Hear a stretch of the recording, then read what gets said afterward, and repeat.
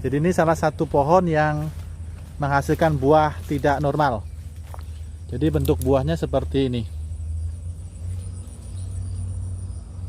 Jadi kelapa sawit yang kita tanam di kebun ini menggunakan jenis unggul dari PPKS yang ambi. Jadi dari sekian ratus pohon, ada beberapa pohon yang mengalami kelainan seperti ini. Jadi memang tidak bisa 100% dari populasi tanaman yang kita tanam menghasilkan buah yang bagus. Salam tandan berduri, semangat selalu untuk seluruh petani sawit swadaya. Di dalam kebun ini ada beberapa pohon yang menunjukkan gejala seperti ini. Ini salah satu pohon yang nampak di hadapan kita, dan di sebelah sini itu juga menunjukkan buah yang sama seperti itu. Jadi bentuk pohonnya seperti ini. Ini terlihat sekali memang dari bentuk daunnya, nampak ini tidak normal. Jadi buah yang ada seperti ini.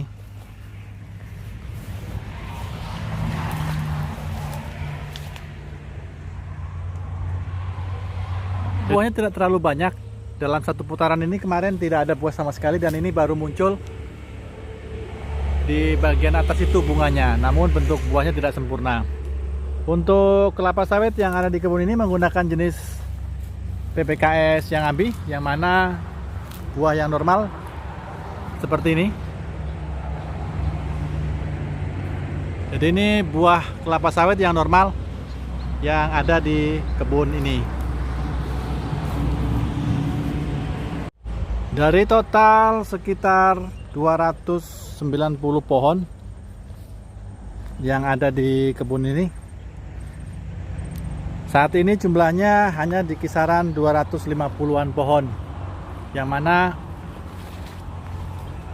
pohon-pohon di kebun ini banyak yang mati seperti itu. Jadi tiba-tiba pucuknya rusak dan mati akhirnya. Untuk pohon yang tersisa ini nampak buahnya cukup bagus ya. Ini cukup lebat dan berukuran besar. Pohon PPKS yang ambi memiliki jenis pelepah yang cukup panjang. Pelepahnya mencapai 6 meter.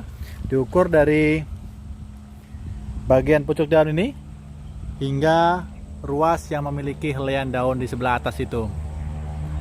Dan ini ada beberapa pohon yang tidak produktif seperti ini. Ini kemarin baru kita matikan. Di dalam kebun ini ada sekitar 6 atau 8 pohon yang seperti ini, yang buahnya adalah seperti itu. Jadi tidak ada daging buahnya. Yang seperti ini, yang biasa disebut buah cengkeh atau pohon yang abnormal seperti ini tidak bisa dipulihkan. Jadi satu-satunya cara adalah dengan memusnahkannya dengan melubangi seperti ini. Jadi ini kita lubangin di bagian batangnya, lalu kita masukkan racun glifosat, dan ini kita coba menanamnya dengan pohon yang baru. Karena ini lokasinya sudah ada yang mati di sebelah sini.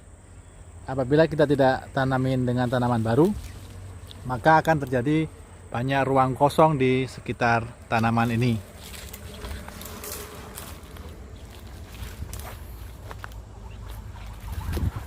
Jadi beberapa pohon di area kebun ini banyak yang mati. Produksi dari kebun ini ditopang hanya sekitar 250 pohon dari total populasi awal sekitar 290 pohon. Jadi produksi rata-rata per hektarnya ini mencapai 28 ton per hektar per tahun untuk terakhir kali kita catat kemarin. Sedangkan untuk saat ini kondisi kebunnya cukup bagus ya, ini terlihat tanamannya cukup subur. Karena ini kemarin pemupukan kita lakukan dengan sempurna dan kita berikan dosis yang cukup, sehingga produksi untuk di bulan trek ini kondisinya masih cukup bagus. Jadi ini salah satu contoh pohon yang sudah roboh, yang mana tempo hari kita juga lakukan pelubangan terhadap batangnya, sehingga ini menjadi tidak tahan ya batangnya, dan akhirnya dia roboh. Mungkin terlalu dalam kita kasih lubang sehingga batang ini ketika terkena angin langsung roboh seperti ini. Jadi ini bekas kemarin yang kita lubangin di sini, namun akhirnya ini patah ya, dan akhirnya rebah seperti ini.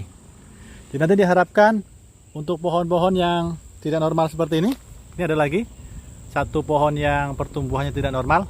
Ini juga kita upayakan untuk ditumbang, diganti dengan tanaman baru, karena di sebelahnya juga sudah ada 4 pohon ya. Itu di sebelah sana ada 4 pohon yang tiba-tiba mati seperti itu. Pertumbuhannya tidak normal, kemudian akhirnya mati. Jadi untuk pohon ini kita langsung matikan karena ini tidak berproduksi dengan baik. Kondisi pohon yang normal buahnya seperti ini.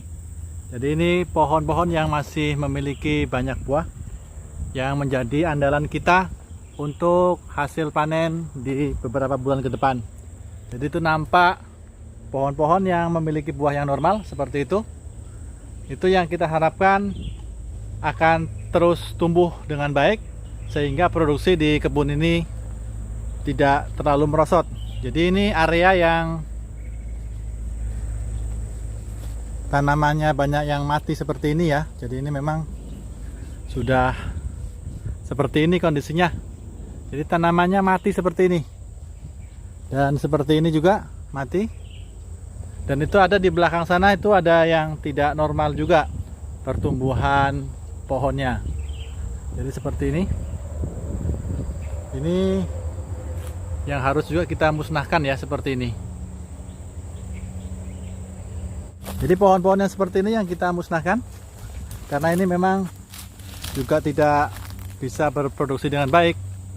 Ini terlihat pohonnya tidak ada buah yang bisa dipanen seperti itu. Jadi buahnya tidak bisa berkembang menjadi buah sawit yang sempurna.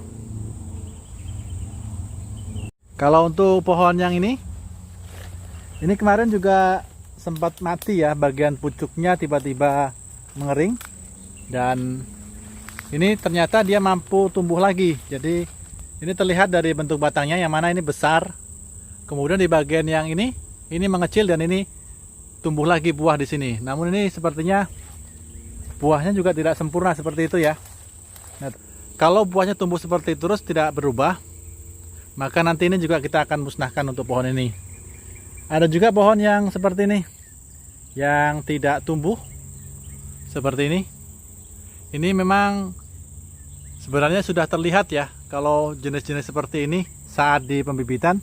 Jadi ini kesalahan dari pemilihan bibit. Jadi waktu penanaman seharusnya bibit-bibit yang menunjukkan gejala daun kecil seperti ini tidak usah ditanam, karena dia akan seperti ini pertumbuhannya, tidak akan bisa menghasilkan buah kelapa sawit dengan baik.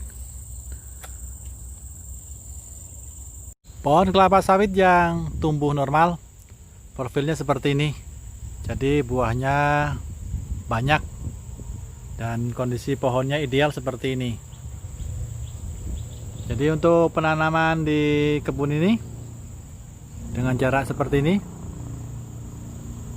pohon kelapa sawit dari jenis PPKS memiliki produksi sekitar 28 ton per hektar per tahun. Dan ini memang banyak sekali ditemukan pohon-pohon yang abnormal seperti yang di depan ini dan juga di depan ini.